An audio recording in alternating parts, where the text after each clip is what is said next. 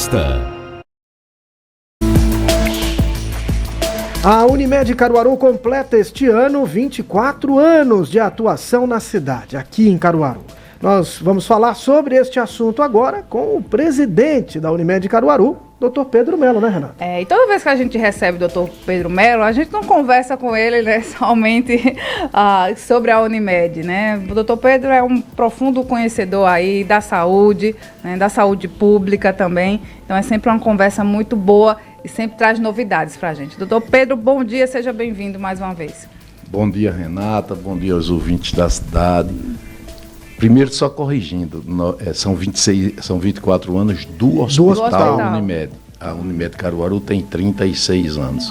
10 anos a mais. São 24 anos de uma mudança na história sempre da vanguarda da história da saúde de Caruaru, que começou com o Dr. Almena, quando naquela época construiu a Casa de Saúde Santa Efigênia, que foi um marco na saúde do interior de Pernambuco. De lá para cá, Caruaru tem sido vanguarda, né? Caruaru é o segundo polo médico do estado e a Unimed tem funcionado como uma âncora dessa evolução. E hoje nós temos realmente um polo que não fica a dever em nenhum aspecto às demais regiões do estado e do país. E a Unimed Caruaru tem muito orgulho de fazer parte dessa história. Doutor Pedro, falando especificamente sobre o hospital, né? A gente lembra que aquela área ali de Caruaru, na época, não tinha praticamente nada, né? E vocês, não, vamos, né, os fundadores, né, vamos construir nessa região de Caruaru. E isso representou uma importância imensa, não só na saúde, mas também nos outros equipamentos que foram chegando naquele trecho onde está o Hospital da Unimed. Renata, todo movimento disruptivo ele tem uma história, e a história do hospital não é diferente. Na época, Walter Ferraz, que era o presidente da Unimed, ele teve a brilhante ideia de comprar um terreno naquela área, que era uma fazenda dos Nunes, não tinha nada no seu entorno, e foi muito criticado na época, porque como era que o cara comprava um terreno num lugar abandonado daquele. E eu lembro de outros episódios, de outras construções, de outros grandes equipamentos públicos que foram construídos fora da área de grandes movimentos e, como sempre, havia sempre muitos críticos. Hoje, aquela área é uma área extremamente valorizada e, com certeza, o hospital foi o grande atrativo da mudança daquela região. Na época que se pensou em construir um hospital, a valorização dos terrenos não era tão grande quanto é hoje, e na época ele pensou realmente em fazer um hospital horizontal, mas ao longo do tempo isso se mostrou pequeno e hoje a gente tem um hospital vertical que ainda tem outras etapas a serem construídas, e eu tenho certeza que nos próximos anos nós teremos ali, ao invés de apenas um hospital, um verdadeiro complexo hospitalar para atender a população de Caruaru e de toda a região. Lembrando que o Hospital da Unimed não é só emergência, né? Existem ali vários serviços sendo oferecidos à população hoje, doutor Pedro. Em 2012, a gente teve um movimento de ampliação do hospital, que antes era um posto de atendimento. Naquela época, a Casa de Saúde, Santa Efigênia, o Hospital Municipal, eles davam conta do atendimento da população. Em 2012 decidimos ampliar. De lá para cá, transformamos um simples PA num hospital terciário. O que é um hospital terciário? É um hospital que tem todos os níveis do atendimento, do primário, do mais simples, até o mais complexo, como uma cirurgia cardíaca, como uma neurocirurgia, cirurgia da cabeça. Então hoje nós temos realmente um hospital terciário que atende todos os níveis da medicina em Caruaru. Eu estava procurando aqui, doutor Pedro, Renata, ouvinte, o avanço populacional de Caruaru, né? No momento em que o hospital é inaugurado, né, Caruaru tinha ali uma população de cerca de 200 e poucos mil habitantes. Hoje já tem uma população estimada de 405 mil habitantes. Então, a cidade mudou, a cidade cresceu, o hospital cresceu junto com a cidade. O senhor conseguiria, doutor, nos apresentar essa história talvez em etapas? Porque a demanda vai mudando, vai crescendo, as necessidades vão se diferenciando e o hospital vai crescendo para atendê-las, né? E as formas também de atender, né, esse paciente no hospital. Na verdade, Caruaru tem uma história fantástica, né? Se você revisitar a história de Caruaru sob todos os aspectos. Eu tenho uma foto lá na minha sala da última feira de Caruaru, né? Foi registrado por um fotógrafo aqui de Caruaru, a última feira de Caruaru, ali no centro. E aí você olha no entorno, você não vê um edifício. 30 anos depois, a cidade é uma metrópole, para ser bem bairrista. Mas, independente disso, você veja que Caruaru, na verdade, ela tem 400 mil habitantes, mas o seu entorno dá 1,5 milhão de habitantes. Estão 32 municípios que convergem para Caruaru, fora os municípios de outra região, como da 4ª região de Garanhuns, que também vêm para lá de cá. Se você imaginar que só a Unimed tem 70 mil clientes, se você imaginar que transitam pelo intercâmbio 150 mil clientes, com 70 da Unimed, isso dá um volume absurdo de pessoas. O grande problema é a cultura hospitalocêntrica das pessoas. As pessoas têm o hábito de ir para o hospital por pequenos e por grandes procedimentos. E durante um tempo a gente tentou combater isso, né, fazer com que as pessoas procurassem fazer de outra forma. Hoje o que nós fazemos? O que nós fazemos é cuidar da jornada do paciente. A partir do momento que ele entra no hospital, nós temos uma equipe multiprofissional que tenta identificar qual é o problema dele. É de fato necessário estar no hospital ou pode ser atendido de outra maneira? E com isso você vai direcionando e tentando diminuir o transtorno que é muitas vezes ficar no hospital com um problema simples, esperando por muito tempo, exatamente por conta do volume de atendimento. Esse é o grande problema do hospital. E aí as pessoas ficam, mas por que não botam mais médicos? Não existe capacidade física de atender todas as pessoas ao mesmo tempo. Daí a necessidade de uma classificação chamada classificação de risco de Manchester, que ela estabelece um tempo determinado por gravidade de atendimento para que a pessoa seja atendida, classificando de vermelho, amarelo, verde e azul. A vermelha é atendida de imediato, a amarela até 1 hora, a verde até 2 horas e a azul, que em tese não deveria estar no hospital, pode esperar até 4 horas. Acontece que quem chega e recebe uma pulseira azul fica chateado porque gostaria de ser atendido de imediato, porque como a gente costuma dizer, a dor de quem sente é a dor mais importante, não interessa o diagnóstico, interessa quem está sentindo. O desconforto, né? E a gente tenta fazer, o investimento que a Unimed faz na questão do atendimento, Renata, é uma coisa absurda. A gente treina o atendimento do telefone, a gente treina o atendimento no balcão, mas o ser humano, ele é difícil e as pessoas estão muito impacientes, essa é que é a verdade, né? Eu acho que quem não viveu a fila do orelhão não sabe o que é esperar 1 minuto na mensagem do WhatsApp, né? Então as pessoas, elas estão muito apressadas, as pessoas estão muito impacientes e as pessoas estão mais intolerantes, infelizmente. Isso, quando você transpõe para a saúde, aí a coisa complica, porque de fato, quando você está com uma dor, seja ela qual for, para você é a dor mais importante. Doutor Pedro, semana passada a gente recebeu aqui o doutor Selen, né, e falando sobre o Dia Internacional do Câncer, e ele dando aí exemplos da prevenção e tudo mais. Não tem como se prevenir, mas a questão do diagnóstico, né, faz muita diferença para que esse tratamento comece o mais cedo possível, né, e evite aí um tratamento mais complicado, né, que desgaste mais. E aí eu citei aqui o meu exemplo, né, eu sou a paciente da Unimed desde que cheguei aqui em Caruaru há mais de 20 anos, e eu recebi uma mensagem me chamando para fazer uma mamografia, e eu até estranhei, né, eu pensei que poderia ser um golpe, que a gente recebe, né, mensagem de todos os tipos, daqui a pouco vão pedir um Pix, alguma coisa. dizendo que eu já estava em tempo de fazer uma nova mamografia, e aí imediatamente entrei em contato com a minha ginecologista. Ela disse: não, Renata, faça, você vai vir aqui daqui a 2 meses ainda, você já está oferecendo, já tem 1 ano que você fez a outra, pode fazer, porque você já traz o exame. E aí a gente fala sobre a importância desse passo, né? A gente queria, inclusive a gente entrou na esfera do SUS também, que isso fosse para todo mundo, porque é um diferencial imenso, né, doutor Pedro? Aproveitar e mandar um abraço para a Celen. Celen é um grande profissional, Celen Asmar é um grande profissional, oncologista. Renata, a oncologia, ela tem dado uma evolução gigantesca.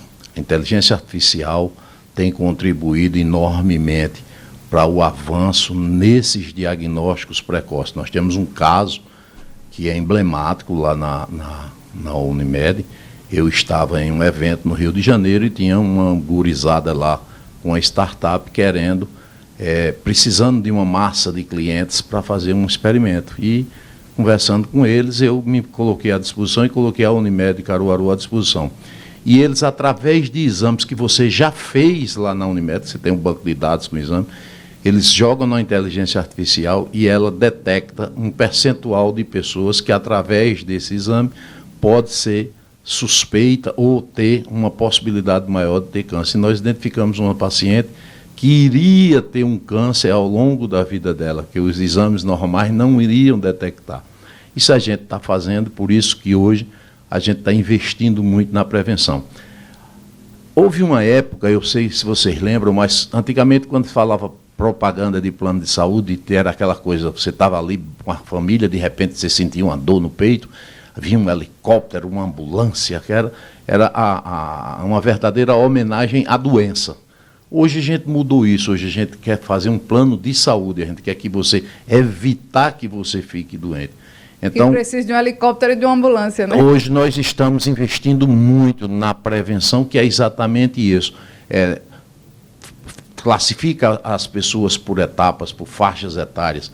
As pessoas uma mulher na idade fértil, que tem a possibilidade de ter um câncer de mama, ela precisa fazer a mamografia naquela frequência adequada. Exame de câncer de colo do útero, você falando aí no SUS, você tem uma mulher hoje com câncer de colo do útero, eu diria que é uma coisa que, para nós da medicina, para nós da saúde, é muito degradante você ver uma mulher ainda hoje com um câncer de colo do útero. Não dá para ter câncer de colo do útero, uma coisa que pode ser evitada com um exame que custa R$8, né? Então, assim, não dá para aceitar mais isso. Então, esse investimento maciço em medicina preventiva, esse investimento maciço no exame antes da doença, no exame para prevenir a doença, porque nós vamos viver mais, nós vamos viver aí a média entre 80 e 100 anos, todo mundo vai chegar nessa idade. Mas, como diz Safadão, viver é diferente de estar vivo, né? Então, não é só sobreviver, não é só viver até 100 anos. É viver até 100 anos com qualidade de vida, é viver até 100 anos com mobilidade, autonomia, é viver né? até 100 anos com autonomia, porque isso é possível, e é possível se você tomar algumas medidas. A gente está comendo muito mal, estamos dormindo muito mal, estamos vivendo muito mal. É um paradoxo, né? Você tem tudo de bom e tudo de ruim, e a gente às vezes prefere o ruim. O que é que a Unimed Caruaru tem feito? O programa Viver Bem em Casa é um extraordinário programa, onde as pessoas, ao invés de ficar no hospital, ficam em casa. Programa de educação física, programas de alimentação, de orientação da alimentação, programas de exames rotineiros preventivos, porque existe uma diferença muito grande entre o famoso check-up e o exame adequado. O check-up, na verdade, é uma coisa que só tem no Brasil, é mais uma jabuticaba que só tem no Brasil. Na verdade, o que você precisa fazer exames adequados. É a mesma coisa da vacina. Hoje você tem vacina para quase tudo. Você tem que tomar as vacinas certas, na hora certa, na idade certa. Você tem que fazer exames certos, na hora certa, na idade adequada. E com isso você previne, a grande maioria das doenças hoje são preveníveis, ou, no mínimo, são tratáveis de forma adequada, de forma que você vive bem. Hoje já não se admite determinados tratamentos que mutilavam as pessoas, que incapacitavam as pessoas. Então, a evolução é muito grande, mas no Brasil a gente tem os dois lados da moeda. Enquanto a gente está discutindo hoje a cirurgia robótica, que já é uma realidade, nós temos pacientes morrendo por obstrução intestinal, pacientes sendo operados com apendicites vencidas. Nem pode parar a realidade da robótica, mas não pode esquecer de trazer para junto, para aproximar o máximo possível essa população que ainda está distante das grandes evoluções da medicina. Doutor Pedro, eu lembro quando o senhor esteve aqui, em uma outra oportunidade, nós falamos sobre formação, né, dos profissionais médicos, né, e o senhor demonstrava ali uma preocupação com esse tema. Recente nós tivemos a divulgação dos dados do Exame Nacional de Avaliação de Formação Médica, o ENAMED. E nas universidades públicas, foi possível verificar que a universidade mais bem classificada, que teve a melhor nota em Pernambuco, foi a Universidade de Pernambuco, e o resultado, tanto do campus no Recife, quanto o campus Serra Talhada e Garanhuns, que são aqui no interior do estado, foi o mesmo. E isso se repete também para a Universidade Federal de Pernambuco. O resultado do Recife espelha o resultado do interior. Qual é a leitura que o senhor faz sobre esses números? Veja, a leitura desses números ela precisa ser feita de uma forma muito cuidadosa. É inegável que o Brasil precisa de médicos, mas não em todo canto. É inegável que o Brasil precisa de médicos, mas não de especialistas. É inegável que os grandes vazios assistenciais, independente desse grande número de faculdades que foram abertas nos últimos anos, eles continuam. São Paulo tem um médico, São Paulo tem 6,7 médicos por habitante. O Acre tem 1,1. O Norte, lá na Ilha de Marajó, tem 0, alguma coisa. A qualidade do ensino ela é proporcional, ou diretamente proporcional, à qualidade da faculdade que forma o profissional. Se você tem uma faculdade de medicina sem a mínima estrutura para que o profissional, o futuro profissional médico, treine as suas habilidades, evidentemente que esse profissional vai sair mal preparado. Ah, mas tem a residência que corrige. Isso era até verdade até um certo tempo. Hoje, com um grande número de profissionais, isso deixou de ser uma realidade. O outro problema é a grande disseminação de especialistas de final de semana ou do Facebook. Os vendedores de soro colorido, células ortogônicas, dieta da lua, dieta do sol. Então tem muito picareta com CRM, essa é a realidade, infelizmente. As universidades federais, elas são estigmatizadas, e aí entra no ambiente político, porque é bagunça de um lado, bagunça do outro. Na minha opinião, o que precisa são regras. E essas regras existem, mas não são cumpridas. Então, quando você vê uma universidade do interior com a mesma nota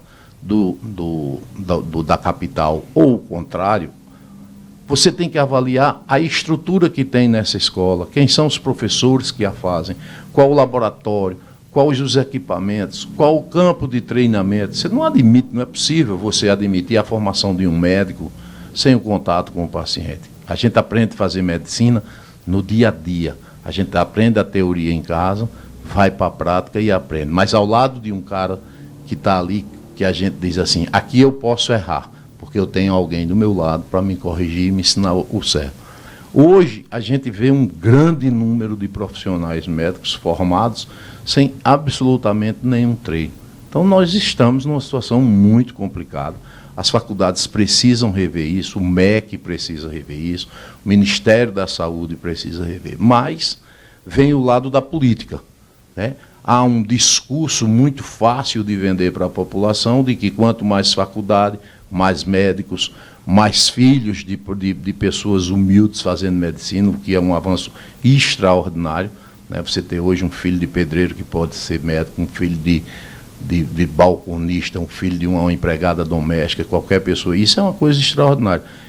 Quando eu passei no vestibular em medicina, em 1980, eu fui o 10º, faziam 13 anos que que uma pessoa de Lajeado tinha passado em medicina. Eu fui o terceiro médico, meu pai era caminhoneiro, minha mãe funcionária pública, era um absurdo naquela época. Hoje não. Agora, não é por causa disso que você vai admitir que, porque é pobrezinho, pode fazer um cursinho e se formar um médicozinho. Não. Ele tem que ter a capacidade, a oportunidade de se transformar num médico. Você viu agora, teve a filha de um pedreiro em São Paulo, que ganhou uma bolsa de $1.600.000 para fazer um curso em Harvard. Mas porque ela é pobrezinha, filhazinha de um pedreiro? Não, porque ela é competente, porque ela é estudiosa, porque ela se preparou adequadamente e conseguiu. E eu digo isso com muita tranquilidade, porque eu venho de uma origem muito humilde e cheguei onde cheguei graças aos meus esforços. Não tinha cota, não tinha nada disso e eu cheguei. Mas também o número da concorrência era menor. Então é preciso que se dê a oportunidade, é preciso que se classifique melhor os órgãos formadores para que a gente tenha bons profissionais tomando conta das vidas das pessoas. O senhor falou agora há pouco que o Brasil precisa de menos especialistas e mais médicos generalistas, é isso? Clínicos geral, é isso? Isso, o Brasil precisa, isso é minha visão pessoal. Nós temos especialistas de tudo quanto é coisa nos grandes centros, e está legal, eles têm que estar aí mesmo. Mas o que o Brasil precisa são de médicos generalistas lá na ponta, prevenindo, evitando que as pessoas tenham câncer de colo de útero, evitando que as parasitoses ainda existam, evitando que as vacinas que caíram muito, voltaram. Nós estamos tendo sarampo, estamos tendo catapora. Não é concebível isso num país do tamanho nosso.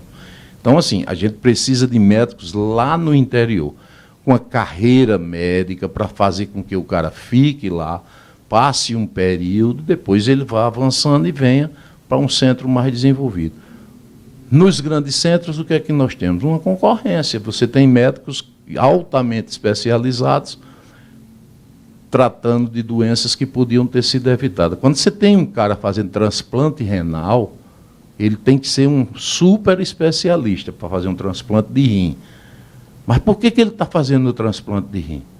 Porque a medicina de saúde da família não tratou da doença da pressão alta. Se a pressão alta tivesse sido tratada lá no médico da saúde da família, ele nunca teria chegado a uma insuficiência renal, ele não teria tido uma diabetes descompensada. Por quê? Porque o médico de saúde da família, que devia ser muito bem pago para tomar conta da população, evitaria tudo isso, evitaria problema nos olhos, porque trataria a criança na idade adequada. Eu vi Getúlio essa semana, semana passada aqui no programa, mostrando o absurdo que é alunos atrasados, muitas vezes porque não está enxergando direito, por falta de um médico lá na saúde, lá na atenção primária, lá no município. Outro absurdo é você pegar um paciente, por exemplo, o paciente sair, Lajeado eu nem falo que é aqui próximo, mas imagina o cara sair lá de Solidão, no interiorzão de Pernambuco, para vir para Recife fazer uma consulta. Quando ele consegue marcar essa consulta, o exame já está vencido, o exame já está atrasado.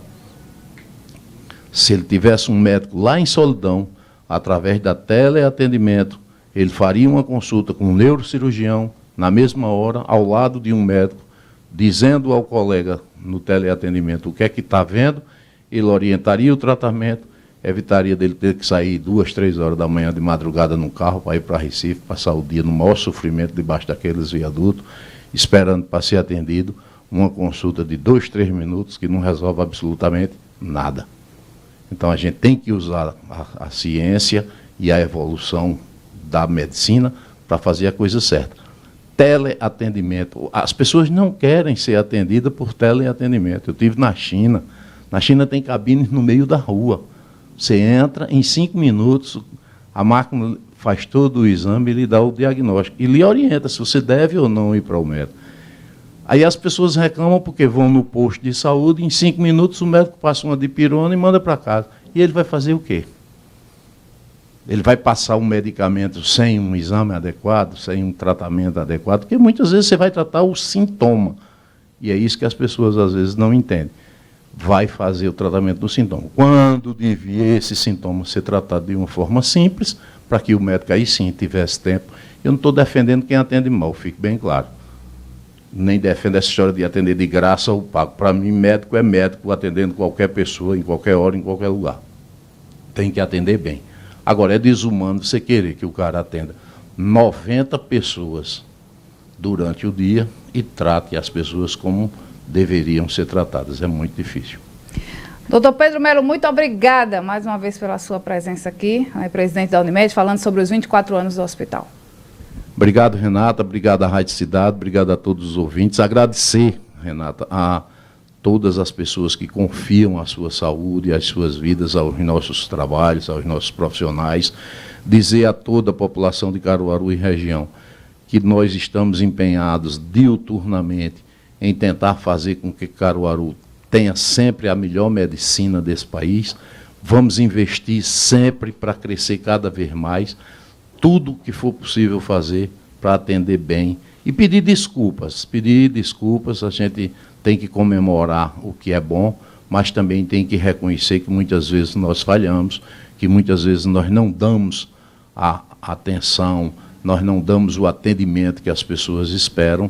Somos humanos, também falhamos, então eu aproveito também para pedir desculpas a todas aquelas pessoas que porventura não tenham tido o atendimento ou a satisfação quando nos procuraram. Mas saibam todos que o nosso objetivo é sempre fazer o mais e o melhor. Obrigado à Rádio Cidade, obrigado Caruaru e à região por dar a nós a oportunidade de vivermos 24 anos fazendo medicina nessa cidade. Obrigado, doutor Pedro. 7h54. Manhã Cidade. Não mude de sintonia, Manhã Cidade. Daqui a pouco volta. Cidade FM.